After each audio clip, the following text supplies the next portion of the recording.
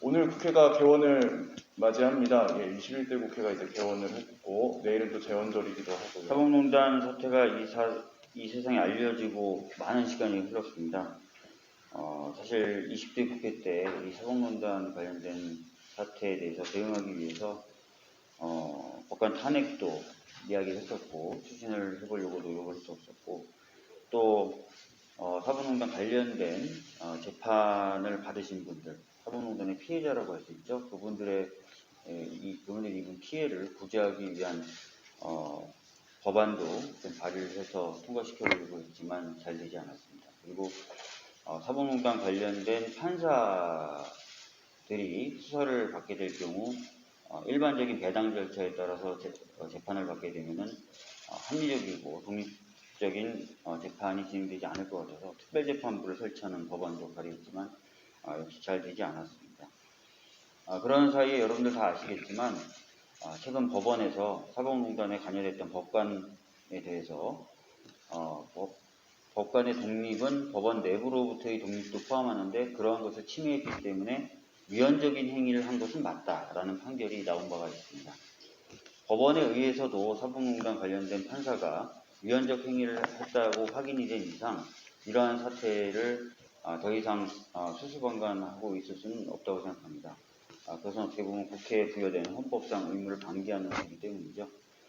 그래서 21대 국회에서는 다양한 방법으로 이 사법농단 관련된 논란 그리고 문제를 해결하고 마무리 지어야 되겠다는 생각을 가지고 있습니다. 크게 세 가지입니다. 그런 첫 번째는 사법농단 관여 법관에 대한 문책의 측면에서 법관 탄핵의 필요성을 좀 강조드리려고 합니다. 우선 그 참여연대 사법감시센터 소장 맡고 계신 임지봉 교수님 모시고 말씀 청해 듣도록 하겠습니다.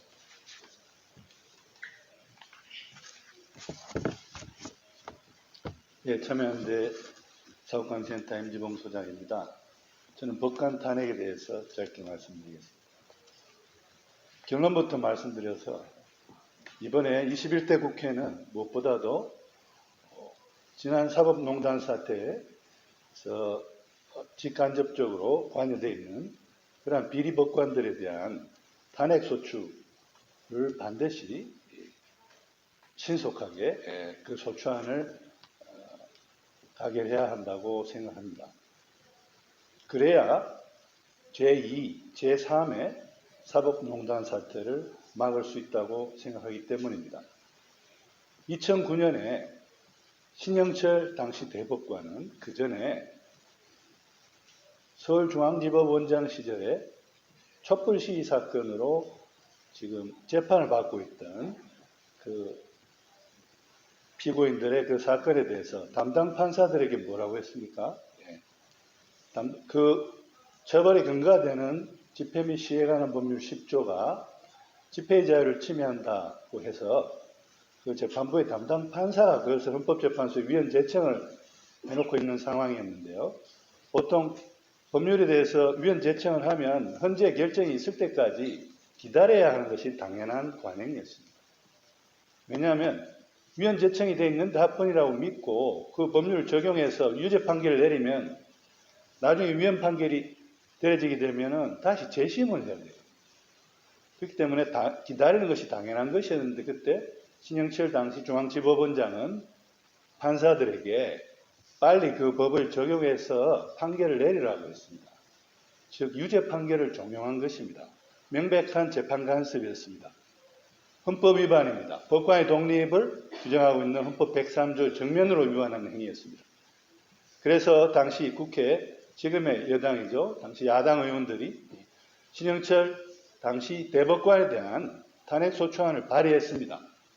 그런데 당시 여당이 반대했고 표결 자체에 나서기를 반대했고 국회 본회의에 탄핵소추안이 발의된 후 72시간 이내에 가결되지 않으면 자동 폐기된다는 국회법 조항에 의해서 신영철 대법관에 대한 탄핵소추안은 허무하게 폐기됐습니다. 그 이후 지금 9년 정도의 세월이 흐른 후에 제2의 사법농단 사태가 터진 것입니다. 동료 법관들을 사찰해서 블랙리스트를 만들고 판사가요. 또 판사가 상고법원제 도입에 있어서 청와대의 협조를 얻기 위해서 국민의 피와 눈물이 담긴 사건을 가지고 재판 거래를 합니다.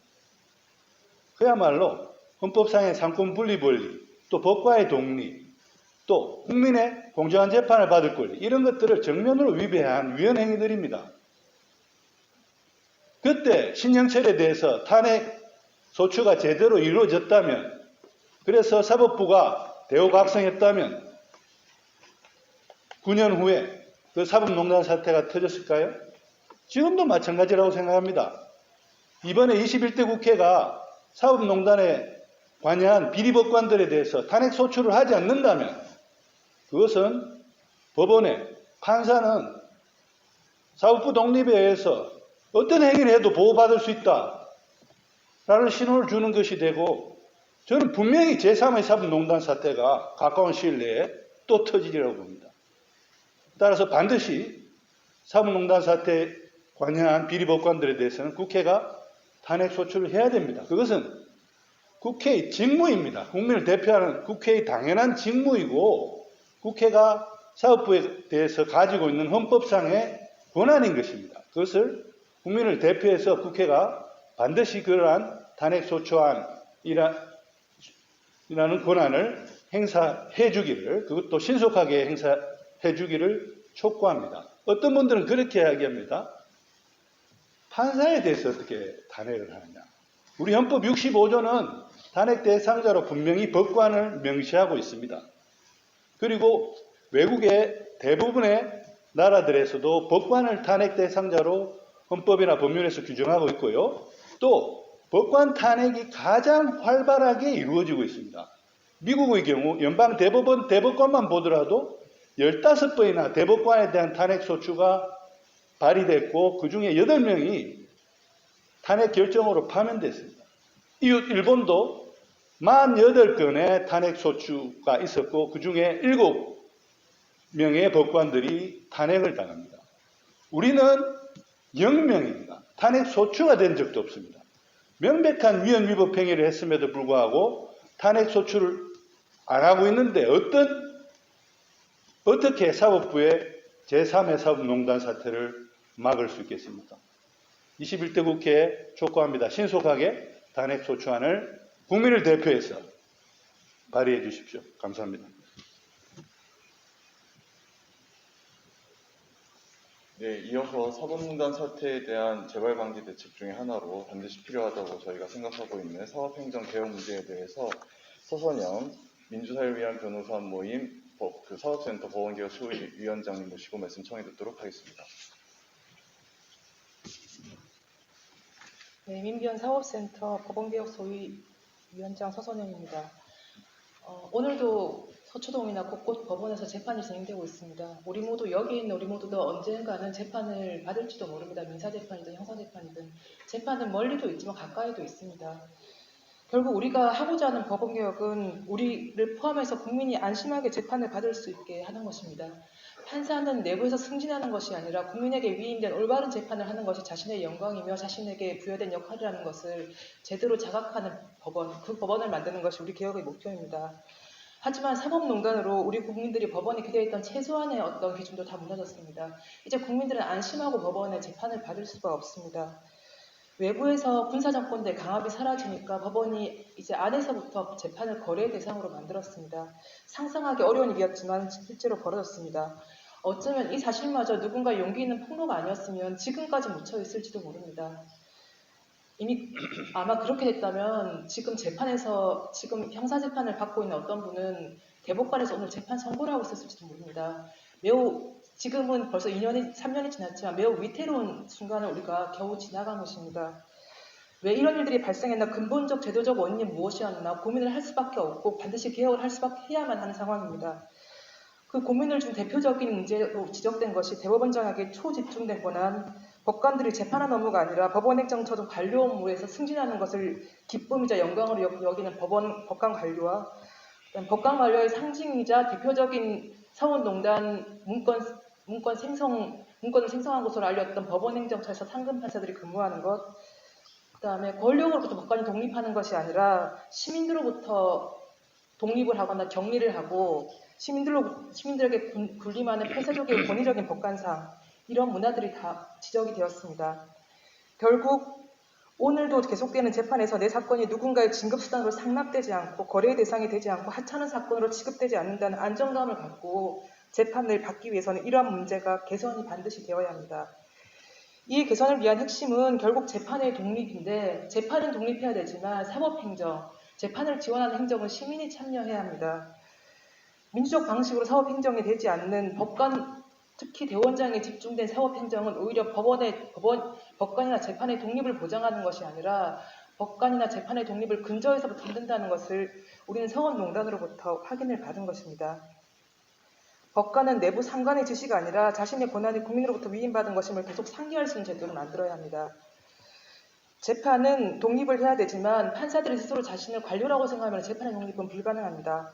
법원 행정처에서 판사를 빼야 합니다. 행정처 탈판사와 이것은 사실 법원도 동의하고 지금 추진하고 있는 바입니다. 국회에서 이것을 법으로 만들어서 완성만 시키면 되는 상황입니다. 재판의 독립이 사법 권력의 견제받지 않는 독점이나 사법으로부터 유폐를 의미하는 것이 아니기 위해서는 중요한 사법 행정 사항에 대해서 시민들이 함께 결정을 해야 됩니다. 이것은 재판 독립을 위해서 필요합니다. 현재와 같이 대법원장에게 초집중된 권한으로 대법원장이 모든 것을 결정하는 사법행정은 일본하고 우리나라 말고는 유례가 없습니다. 일본으로부터 시작된 제도가 우리나라도 계속 이렇게 유지해 왔는데 이제는 드디어 반드시 고칠 때가 된 것입니다. 사법행정위원회를 만들어서 시민이 참여하는 사법행정을 이제는 도입을 해야 됩니다. 더 이상 후진적인 사법행정으로는 제대로 된 재판 독립과 제대로 된 판결을 만들어갈 수가 없습니다. 20대 국회는 하지 않았습니다. 이 일들을. 사법개혁 특위를 만들었지만 법원 관련 논의들은 진전이 되지 않았습니다. 기본적인 내용도 숙지하지 않고 발언을 하는 몇몇 발언들도 발견됐습니다. 제발 이번 국회는 책임감을 갖고 법원개혁에 대해서 나서주시기 바랍니다. 우리 국민들은 회의록도 보고 회의 동영상도 보고 매번 꼼꼼히 점검을 하면서 각각 국회의원들이 국민의 대표로서 제대로 활동을 하고 있는지 계속 모니터링하고 감시하고 촉구를 할 것입니다. 이상입니다.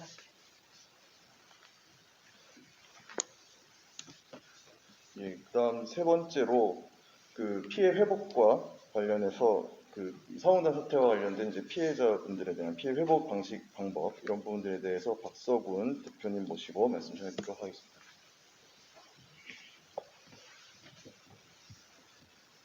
사법농단 그 사태로 인해서 수많은 국민들이 그 피해를 입었습니다. 사법정의는 무너졌고 그로 인한 피눈물이 사법농단 피해자들의 그 가슴에 맺혀 있습니다. 그런데요, 구제할 수 있는 방법이 뭐가 있을까요? 구제할 수 있는 방법의 가장 간단하고 명료한 방법이 있습니다. 바로 재심을 통해서 해결하는.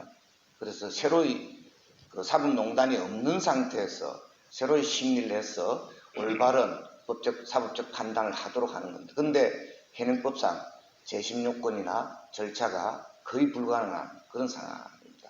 그래서 이 사법농단 피해에 대해서 피해를 회복하는 가장 핵심적인 방법은 재심 사유를 사법농단의 사례로 이미 그 상당 부분이 밝혀져 있습니다. 자료에 다 나와 있습니다. 그래서 그게 거론되어 있는 사법농단의 피해자에 대해서는 재심 사유를 특례를 구성하고 재심 기간에 대한 특례를 구성하고 소송 비용에 대한 특례 그리고 소멸시효 완성의 항변에 대한 특례 등 이런 그 실질적인 사법정의를 구현하기 위한 그런 그 특례법을 만들어야 된다.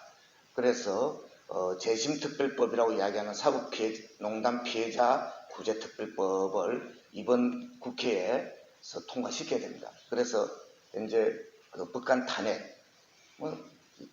탄핵돼서 말하는 사법농단을 해서 이 결과를 바꾼 판사들이 계속 재판한다는 게 끔찍한 일입니다.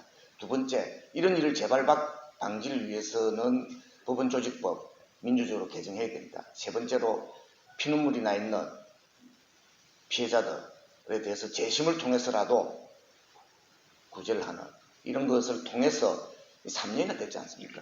3년 됐는데 이제는 마무리해야 될 때가 됐다. 더 이상 끌 수 없는 거다는 겁니다. 그래서 저희들이 요구하는 것은 이제는 끝내자는 겁니다. 그래서 새로운 사법부가 새로운 국민의 사법부로, 국민들이 신뢰를 받는 사법부로 사법 정의를 실현하는 기관으로 다시 거듭나도록 하자는 것입니다. 이상입니다. 네, 발언으로는 마지막입니다. 사법문단 피해와 관련해서 자유언론실천재단 이사장 맡고 계신 이부영 이사장님 잠깐 모시고 그 피해자분들의 절절한 말씀 잠시 더 청해 보도록 하겠습니다. 저에게 주어진 내용은 아마 구체적인 걸 얘기하라는 것 같습니다.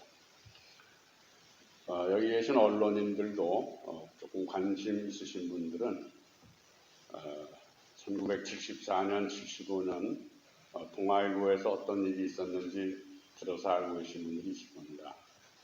그때 당시 유신 헌법을 국민들에게 강요했던 박정희 정권은 중앙정보부, 무소불위의 중앙정보부를 통해서 자유언론 운동을 벌이고 있는 동아 언론인들을 내쫓기 위해서 동아일보에 대한 그리고 동아방송에 대한 광고 탄압을 실시했습니다.